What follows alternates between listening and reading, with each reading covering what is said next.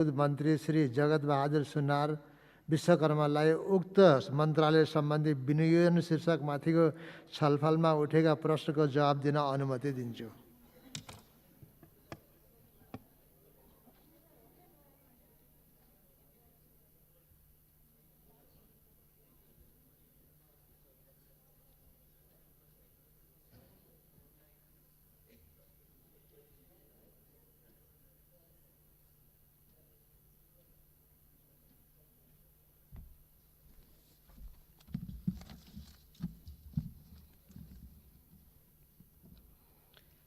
सम्माननीय सभामुख महोदय, युवा तथा खेलकुद मन्त्रालयको आर्थिक वर्ष 77-78 को लागि विनियोजन विधेयकमा प्रस्तावित वार्षिक कार्यक्रम तथा बजेटमाथिको छलफलमा सक्रिय सहभागी भई आफ्ना जिज्ञासा राख्नुका साथै महत्त्वपूर्ण सुझावहरू प्रदान गर्नुभएकोमा म माननीय सदस्यज्यूहरूप्रति सर्वप्रथम हार्दिक धन्यवाद र आभार व्यक्त गर्न चाहन्छु। माननीय सदस्यहरूले युवाको क्षेत्रमा युवाहरूका समस्यालाई कसरी सम्बोधन गर्ने, युवाहरूलाई अवसर र रोजगारीको वातावरण निर्माण गर्ने, कोरोना संक्रमणको महामारीका कारण विदेशबाट फर्केका युवाहरूलाई रोजगारीको सृजना गर्ने भन्ने सन्दर्भमा महत्त्वपूर्ण जिज्ञासा र सरोकार राख्नुभएको छ। त्यसैगरी खेलकुदको क्षेत्रमा खेलाडीहरूको क्षमता अभिवृद्धि, तालिम प्रशिक्षण, प्रोत्साहन, खेलाडीहरूलाई सेवा सुविधा, खेलकुदको भौतिक पूर्वाधार निर्माण लगायतका विषयहरूमा माननीय सदस्यज्यूहरूले ध्यानकर्षण गराउनु भएको छ। आज हामी सुशासन, विकास र समृद्धिको राष्ट्रिय लक्ष्य लिएर अघि बढिरहेका छौँ। समृद्ध नेपाल, सुखी नेपाली हाम्रो साझा राष्ट्रिय कार्यभार हो। विकास र समृद्धिका मेरुदण्डका रूपमा रहेको युवा जनशक्तिलाई राष्ट्र निर्माणमा परिचालन नगरेसम्म उनीहरूलाई श्रम, सिप र उत्पादनसँग जोडेर दक्ष, सक्षम, उद्यमी, व्यवसायी, स्वरोजगार र आत्मनिर्भर नबनाएसम्म, यसै गरी हाम्रा युवाहरूमा देशभक्तिपूर्ण भावना जागृत नगरेसम्म हामीले विकास र समृद्धिको राष्ट्रिय लक्ष्य हासिल गर्न सक्दैनौँ। खेल क्षेत्रमा खेलकुदको विकास, विस्तार र समृद्धि हासिल नभएसम्म हामीले परिकल्पना गरेको समृद्ध नेपाल, सुखी नेपाली हुन सक्दैन।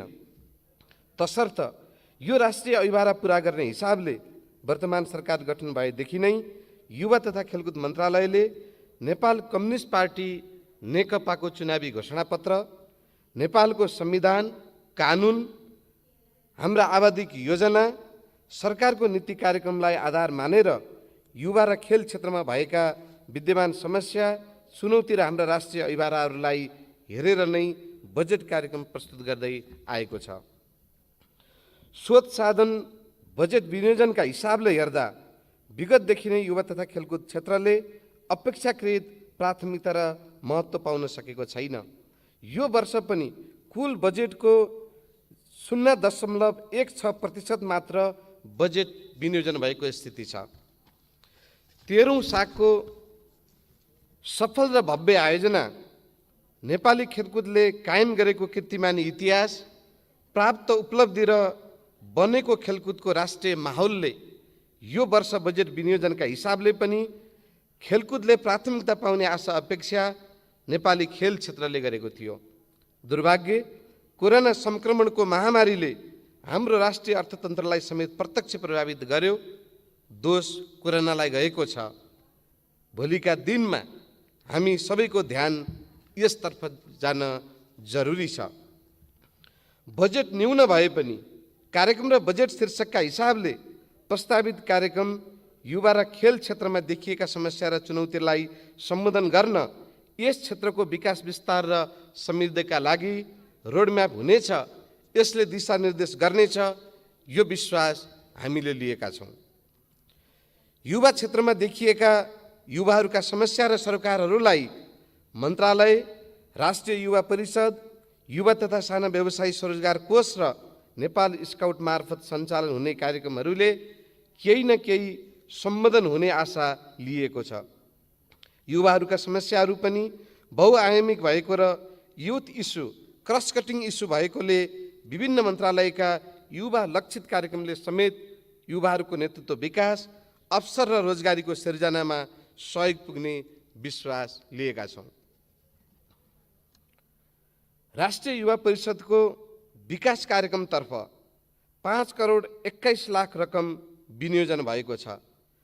बजेट न्यून भए पनि कार्यक्रमका हिसाबले मान्यज्यूहरूले चिन्ता गरे जस्तै, सरकार राखे जस्तै अपाङ्गता भएका फरक क्षमताका युवाहरूलाई सहयोग गर्ने, युवा इनोभेसन सेन्टर स्थापना र सञ्चालन गर्ने, युवा प्रतिभाहरूको खोजी र प्रोत्साहन, सहुलियतपूर्ण कर्जाको सहजीकरणका लागि उद्यमशीलता तथा वित्तीय साक्षरता तालिम, युवा परामर्श तथा मार्गदर्शन, युवा सूचना केन्द्र सञ्चालन र व्यवस्थापन, युवाको नेतृत्व विकासका लागि नमुना युवा संसद अभ्यास, युवा मैत्री स्थानीय तह विकासका लागि अभिमुखीकरण तथा प्रोत्साहन कार्यक्रम बजेटमा व्यवस्था गरिएको छ। सङ्घीय लोकतान्त्रिक गणतन्त्रको संस्थागत विकास, राजनीतिक स्थिरता, जनतालाई राजनीतिक परिवर्तनको प्रत्यक्ष अनुभूति दिलाउन समेत सामाजिक, सांस्कृतिक र आर्थिक रूपान्तरणको अभियानलाई तीव्र पार्नुपर्नेछ। हालै पश्चिम रुकुममा 6 जना होनार युवाको ज्यान जाने गरी घटेको अमानवीय त्रासदीपूर्ण जघन्य हत्याको घटनाले हामी सबैलाई गम्भीर र दुखित बनाएको छ। आजका दिनमा पनि समाजमा यस्ता घटना घट्नु लज्जाको विषय हो। सामाजिक, सांस्कृतिक, आर्थिक रूपान्तरणको अभियानमा परिवर्तनका सम्माक शक्ति, अग्रगामी सचेत युवा पङ्क्तिलाई परिचालन गर्नमा यो घटनाले दबाव सिर्जना गरेको छ। पाठ सिकाएको छ।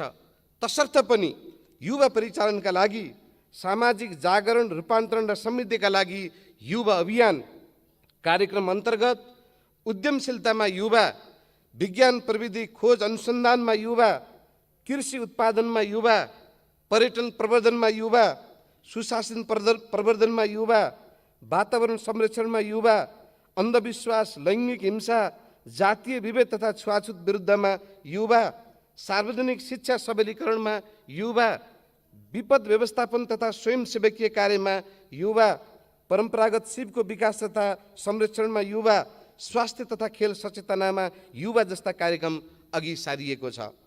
यसरी नै बेरोजगार युवा र विदेशबाट फर्केका युवाहरूलाई लक्षित गरी युवा स्वरोजगार कोष मार्फत बिना धितो सहुलियत ब्याज दरमा युवाहरूलाई ऋण प्रदान गर्ने कार्यक्रम रहेको समेत म जानकारी गराउन चाहन्छु।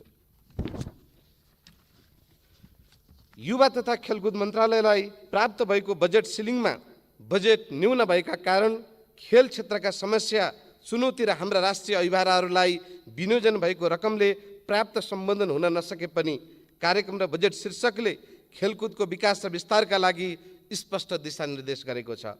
यो महसुस हामी सबैले गरेका छौँ। यसरी नै खेल क्षेत्रमा खेलकुदको विकास र खेलाडीहरूको क्षमता अभिवृद्धिको लागि खेलाडीलाई तालिम प्रशिक्षणको कार्यक्रम रहेको छ। विभिन्न खेलका प्रतियोगिताहरू, खेलाडीलाई आवश्यक खेल सामग्रीको लागि बजेट व्यवस्था गरिएको छ। खेलको विकासमा खेल सङ्घहरूको नेतृत्वदायी भूमिका हुन्छ। खेल सङ्घहरूलाई प्रोत्साहित गर्न थोरै भए पनि बजेटको व्यवस्था गरिएको छ। खेलाडीहरूलाई सेवा, सुविधा र प्रोत्साहनको व्यवस्था गर्नु राज्यको दायित्व हो। खेलाडीको परिचय पत्र, खेल्दा हुने सम्भावित दुर्घटनालाई लिएर दुर्घटना बिमा, स्वास्थ्य बिमा, जीवन बिमाका लागि बजेट व्यवस्था गरिएको छ। खेलकुदको माध्यमबाट राष्ट्रको सान, मान र प्रतिष्ठा बढाउन योगदान पुर्याउने खेलाडीलाई संरक्षण र प्रोत्साहन र सम्मान गर्नु राज्यको कर्तव्य हो। वर्तमान सरकार गठन भएपछिको पहिलो आर्थिक वर्ष 75-76 को श्रावणदेखि नै ओलम्पिकमा सहभागी भएका नेपाली ओलम्पियन खेलाडीहरूलाई मासिक 3000 का दरले सम्मान भत्ता दिने व्यवस्था सुरु गरिएको थियो। चालु आर्थिक वर्षको श्रावणदेखि 1000 वृद्धि गरी मासिक 4000 का दरले राष्ट्रिय खेलकुद परिषदबाट खेलाडीहरूलाई सम्मान भत्ता प्रदान गरिँदै आइएको छ। यसरी नै अन्तर्राष्ट्रिय औपचारिक खेलकुद प्रतियोगितामा स्वर्ण पदक विजेता खेलाडीलाई मासिक 6,000 का दरले सम्मान भत्ता उपलब्ध गराउँदै आइएको छ भने आगामी 77-78 को श्रावणदेखि 13औं साग गेममा स्वर्ण पदक विजेता खेलाडीहरूलाई समेत कार्यविधि तयार गरी मासिक 6,000 का दरले सम्मान भत्ता उपलब्ध गराउने बजेटको व्यवस्था मिलाइएको छ। बजेटको अभावमा थोरै भए पनि राष्ट्रिय खेल भलिबल प्रतियोगिता र लोकप्रिय खेल फुटबलका विभिन्न गोल्ड कपहरू लगायतका विभिन्न खेलका प्रतियोगिताहरूलाई प्रोत्साहित गर्न बजेटको व्यवस्था गरिएको छ। यसै वर्षको फागुनमा गण्डकी प्रदेशमा आयोजना हुने पूर्व निर्धारित 13औं राष्ट्रिय खेलकुद प्रतियोगिता समयमा गर्नका लागि बजेटको प्रबन्ध भएको छ।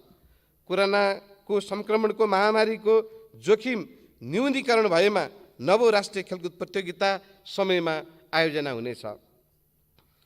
खेलकुदका भौतिक पूर्वाधार निर्माणमा धेरै मान्य जीवहरूको गम्भीर चासो रुचि देखिनु निकै खुसीको कुरा हो। यसले खेलकुदको विकासमा ठुलो सहयोग पुग्ने विश्वास लिएको छु। महत्त्वपूर्ण सुझाव सल्लाहको साथै केही मान्य जीवहरूको केही गुनासो पनि देखिएको छ। म मान्य जीवहरूलाई सम्मान्य सभामुख ज्यू मार्फत तथ्यसहित स्पष्ट पार्न चाहन्छु। बजेट निर्माण गर्दा कुनै जिल्ला वा क्षेत्र केन्द्रित गरिएको छैन।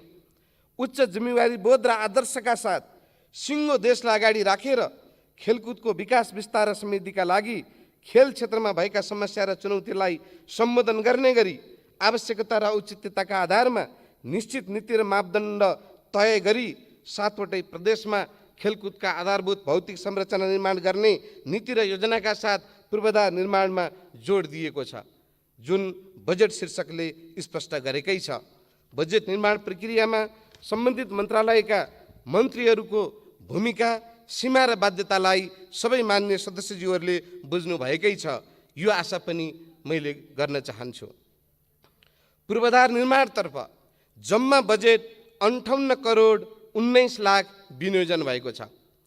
त्यसमध्ये 40 करोड स्थानीय तहमा खेल ग्राम निर्माणका लागि छ। खेल ग्राम बाहेक पूर्वाधार निर्माणमा जम्मा 18 करोड 98 लाख मात्रै छ।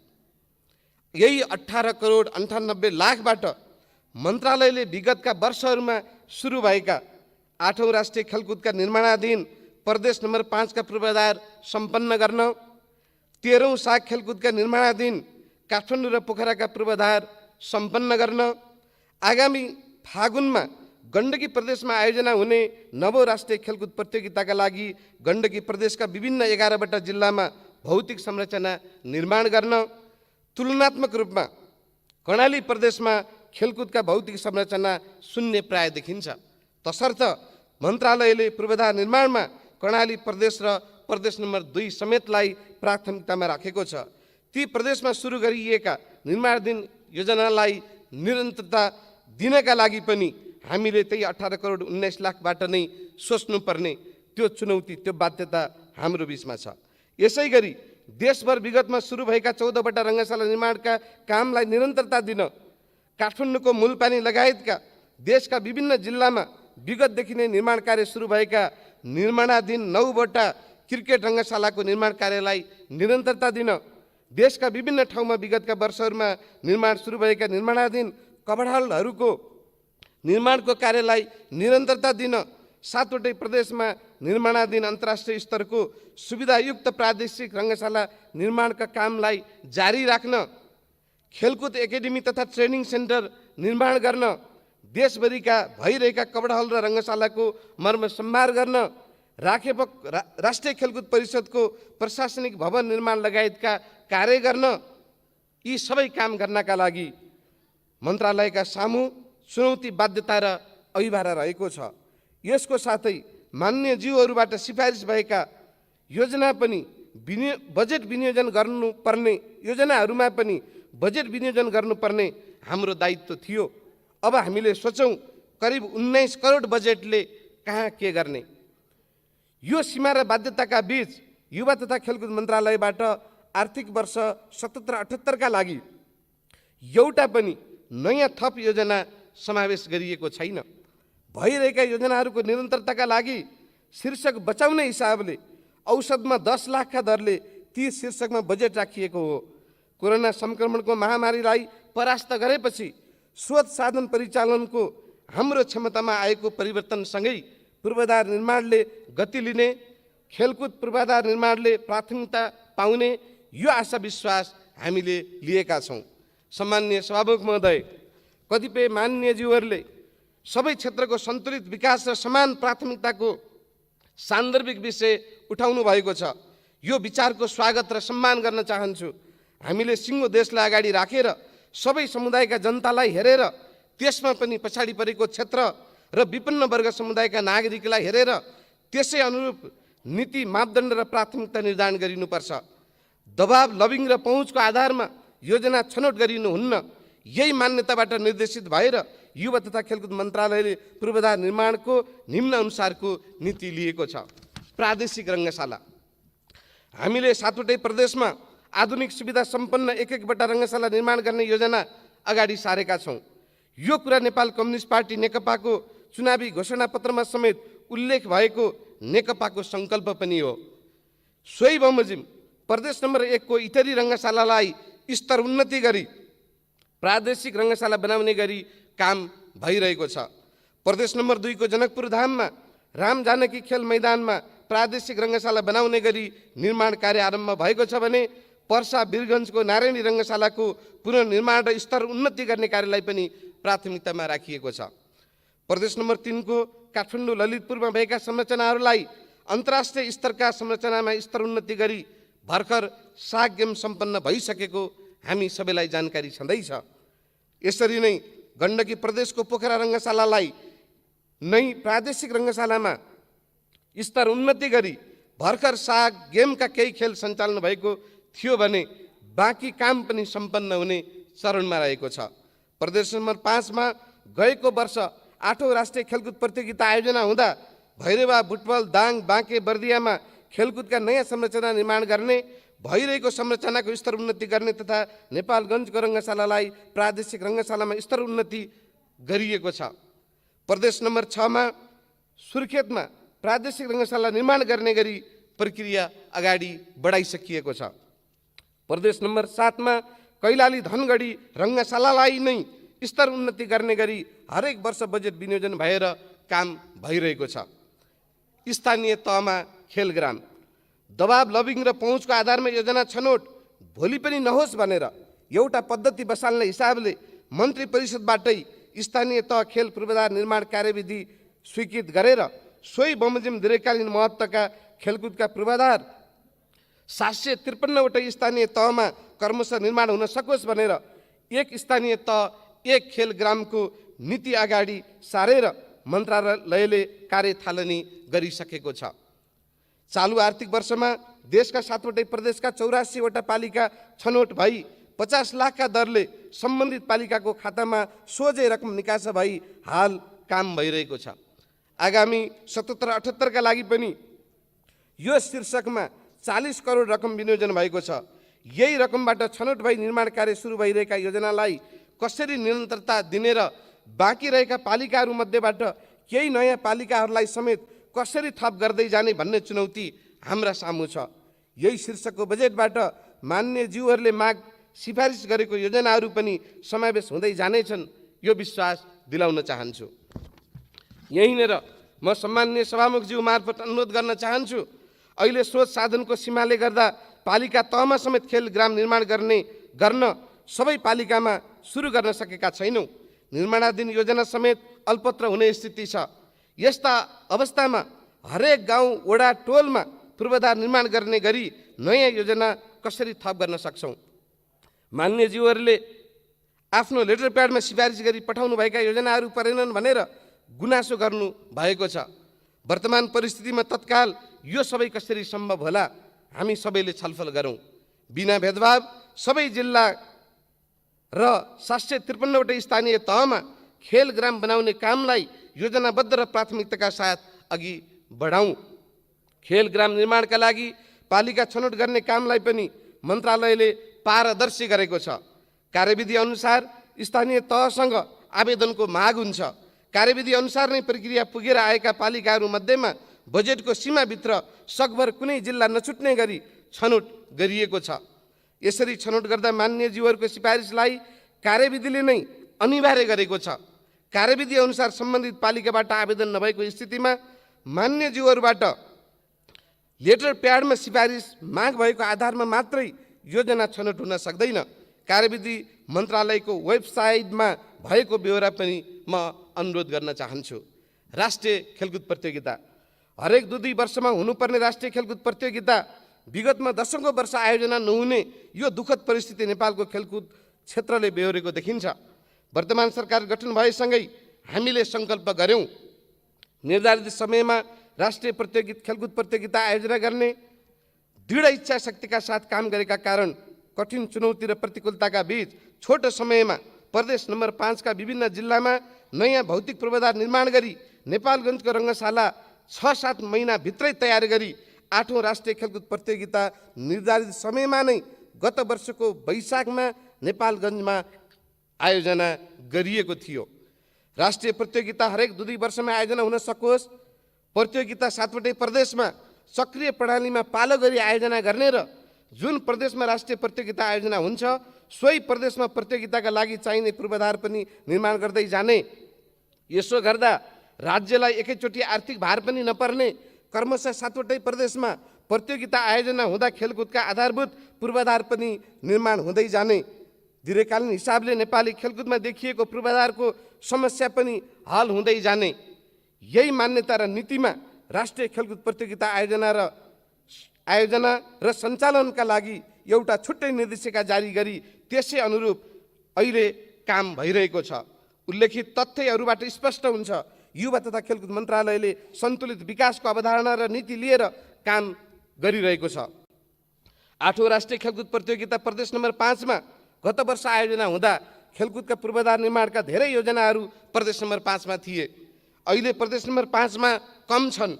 9औं राष्ट्रिय खेलकुद प्रतियोगिता गण्डकी प्रदेशमा आयोजना आगामी फागुन महिनामा हुने हुँदा बजेट शीर्षकमा रकम थोरै भए पनि गण्डकी प्रदेशका 11 जिल्ला र पोखरा रङ्गशालाभित्र पूर्वाधार निर्माणका योजनाहरू प्रस्तावित कार्यक्रममा देखिएका छन्।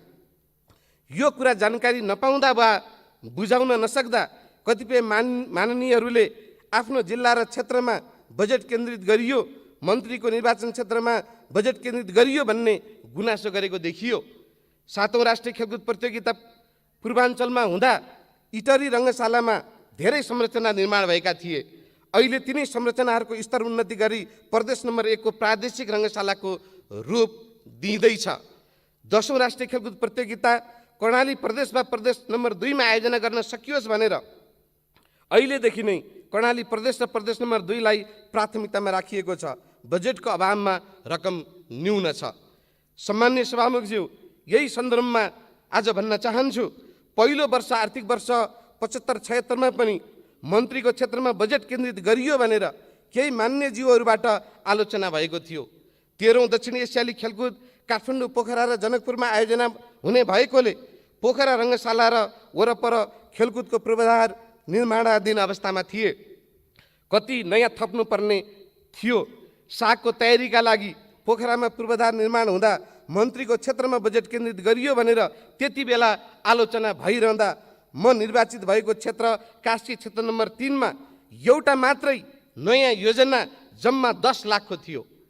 यसपालि पनि प्रस्तावित कार्यक्रममा म निर्वाचित भएको क्षेत्रमा युवा तथा खेलकुद मन्त्रालय र खेलकुद परिषदबाट सञ्चालन हुने गरी एउटा पनि नयाँ योजना थप भएको छैन।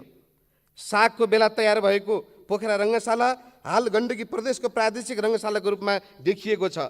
सन्तुलित विकासको कुरा गर्दा अहिले प्रस्तावित कार्यक्रम बजेटमा समावेश भएका निर्माणाधीन रङ्गशाला, कबड्डी हल, क्रिकेट रङ्गशाला पनि कुनै प्रदेश, जिल्ला, क्षेत्र केन्द्रित नभई समग्रतामा सन्तुलित नै देखिन्छ, जुन अहिले सुरु भएका नभई विगत वर्षदेखि नै सुरु हुँदै आएका योजनाहरू हुन्।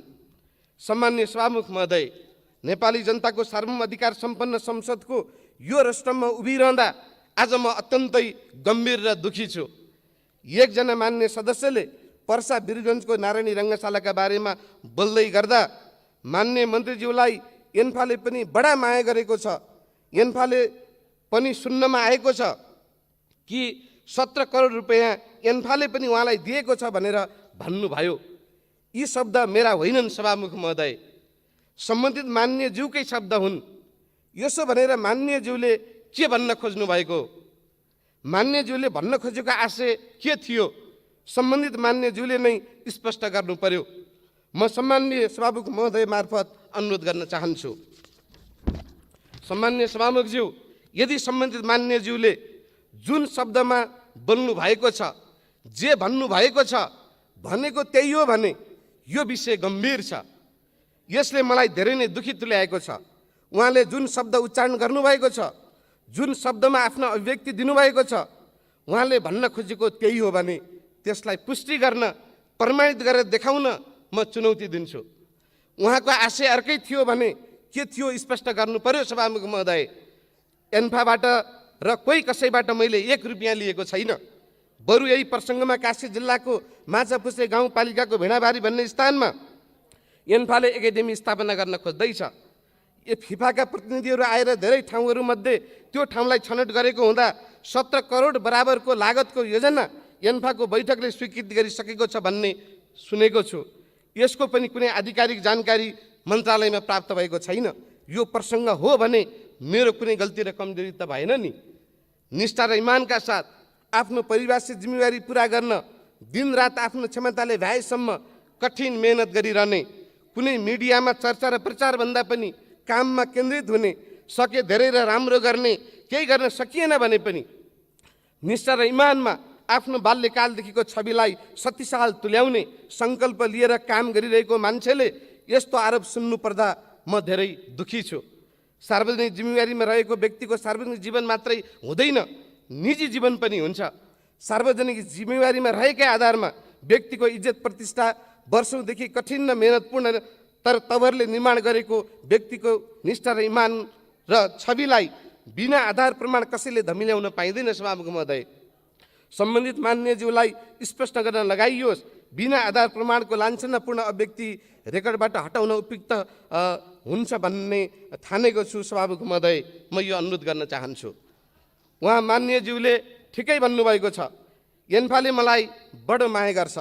एन्फाले मात्रै होइन सभामुख महोदय, खेल क्षेत्रमा सबै खेल सङ्घहरूले मलाई माया गर्छन्। खेल क्षेत्रका अग्रजहरू, खेलाडीहरू, खेलकुदका कर्मचारी, पदाधिकारीहरू, खेल पत्रकारहरू सबैले माया गर्छन्। मैले यही महसुस गरेको छु। खेल क्षेत्रका धेरैले टिप्पणी गरेको पनि सुनेको छु। मैले युवा तथा खेलकुद मन्त्रालयको जिम्मेवारी सम्हाले यता 1 दशकभन्दा अघिदेखि समाधान हुन नसकेको काठमाडौँको मूल पानीको अन्तर्राष्ट्रिय रङ्गशालाको जग्गा सम्बन्धी समस्या विवाद मैले जिम्मेवारी सम्हालेको 3 महिनाभित्रै समाधान भई हाल रङ्गशाला निर्माणको कार्य अगाडि बढेको छ। आइसिसीद्वारा क्यानमाथि लागेको निलम्बन फुकुवा भएको छ। क्यानको साधारण सभा निर्वाचन सम्पन्न भई लोकतान्त्रिक विधि प्रक्रिया मार्फत नयाँ नेतृत्व निर्माण भई क्रिकेटको विकासको वातावरण बन्दै गएको छ। धेरै खेल सङ्घहरूमा देखिएका विवाद समाधान भएको छ। खेल क्षेत्र खेलकुदको विकासमा एकताबद्ध भएको छ।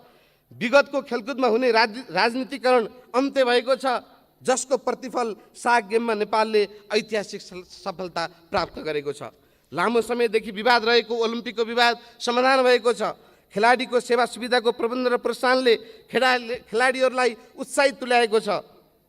खेल क्षेत्रमा लोकतान्त्रिक विधि प्रक्रिया, पारदर्शिता, निष्पक्षता, योग्यता र प्रतिस्पर्धी क्षमताको कदर हुने वातावरण बन्दै गएको छ। खेल क्षेत्रमा विकास र विस्तारलाई दिशानिर्देश गर्ने गरी समय अनुकूलको नयाँ ऐन संसदबाट पारित भइसकेको छ।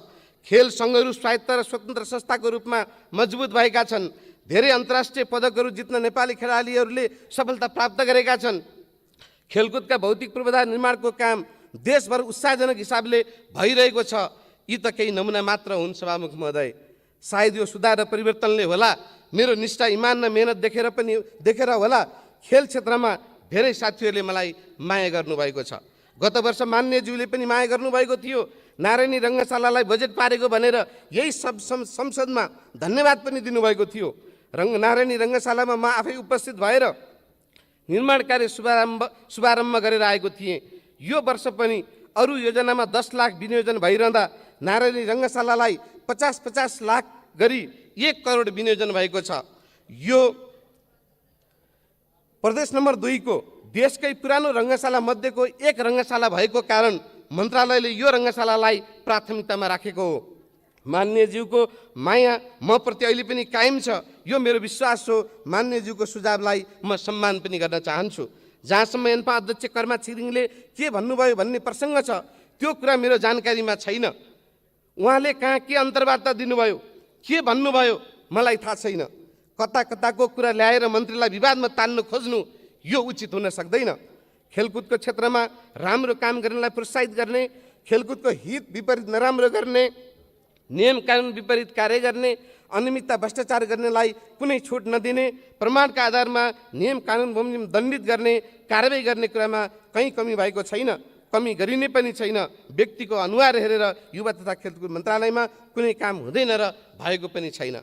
सम्मान्य सभामुख महोदय, अन्त्यमा मान्य ज्यूहरूबाट प्राप्त सुझाव सल्लाहलाई आत्मसात गर्दै आर्थिक वर्ष 77-78 को विनियोजित वार्षिक कार्यक्रम बजेटलाई पारदर्शी एवं प्रभावकारी ढङ्गले कार्यान्वयन गर्ने गराइने कुरा म सम्मान्य सभामुख महोदय मार्फत सबै मान्य सदस्यज्यूहरूलाई आश्वस्त तुल्याउन चाहन्छु र खर्च कटौतीको प्रस्तावक मान्यज्यूहरूलाई आफ्नो खर्च कटौतीको प्रस्ताव फिर्ता लिइदिनु हुन र सम्पूर्ण मान्यज्यूहरूलाई प्रस्तावित कार्यक्रम पारित गरिदिनु हुन विनम्रतापूर्वक अनुरोध गर्दछु।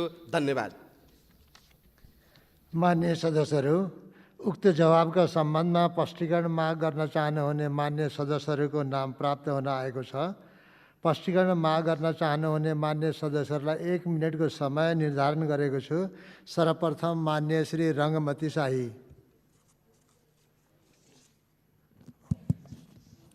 सम्मान्य सभामुख महोदय, मन्त्रीज्यूको प्रेजेन्टेसन हेर्दा तेल थोका चिचिडी भौथ्यो भन्ने हाम्रो उखान छ। बजेट थोरै रहेछ, कार्यक्रम चाहिँ धेरै लिएर आउनु भएको रहेछ। अब यो बजेटले मलाई लाग्यो यो खेलाडी र प्रशिक्षकलाई मनोबल बढाउन यो बजेटले भेटाउँछ कि भेटाउँदैन। राष्ट्रिय स्तरका खेलाडीहरूलाई उनीहरूको भविष्य ग्यारेन्टी गर्नका लागि कुन किसिमको रोजगारी सिर्जना गर्ने भन्ने कुरा यो बजेटले भ्याउँछ कि भ्याउँदैन। प्रत्येक जिल्लामा राष्ट्रिय खेलकुदको आयोजना गराउन सक्ने क्षमताको एउटा रङ्गशाला बनाउनका लागि यो बजेटले भ्याउँछ कि भ्याउँदैन स्पष्ट हुन चाहन्छु। धन्यवाद। मान्य श्री प्रेम सुवाल।